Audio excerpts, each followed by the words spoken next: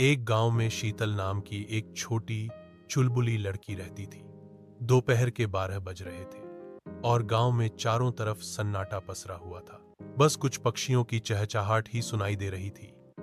शीतल अपने घर के बरामदे में बैठकर अपनी दादी के साथ दोपहर के खाने के इंतजार में थी। तभी अचानक एक आवाज सुनाई दी, चाट ले लो, चटपटी चाट, गरम गरम समोसे वाली चाट। यह आवाज सुनकर शीतल के कान खड़े हो गए। उसने अपनी दादी की तरफ देखा। दादी, चाट वाला आया है, उसने उत्साह से कहा। दादी मुस्कुराई और बोली, जा देख कर आ, कहीं इतनी तेज धूप में कोई चाट खाएगा भी या नहीं। शीतल दौड़कर दरवाजे की तरफ भागी। दरवाजा खोलते ही उसने देखा कि एक बूढ़ा आदमी ठेले पर खड़ा था। ठेले पर रंग बिरंगी चटनियां, कटे हुए प्याज और मसालेदार आलू पड़े थे। शीतल ने सोचा, आज तो चाट खाकर ही रहूंगी। वह अपनी दादी के पास वापस गई और बोली, दादी, मुझे चाट खानी है। दादी बोली, ठीक है, पर एक ही चाट खाओगी। शीतल खुशी से उछल पड़ी और वापस चाट वाले के पास पहुंची। उसने चाट वाले से एक प्लेट चाट बनाने को कहा। चाट वाले ने एक पत्तल ली और उस पर आलू और छोले डाले।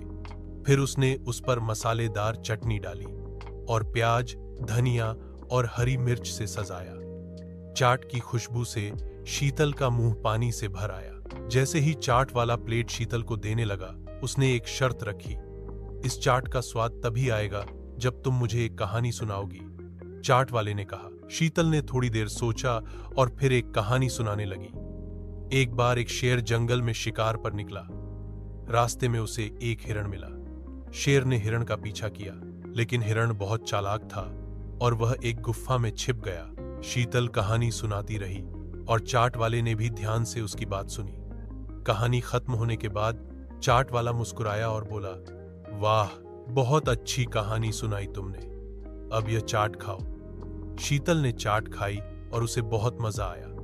उसने चाट वाले को धन्यवाद दिया और अपने घर वापस चली गई। इस घटना के बाद शीतल रोज दोपहर 12:30 बजे चाट वाले का इंतजार करती थी। जब भी वह आता तो शीतल उसे एक नई कहानी सुनाती और बदले में वह उसे मजेदार चाट खिलाता।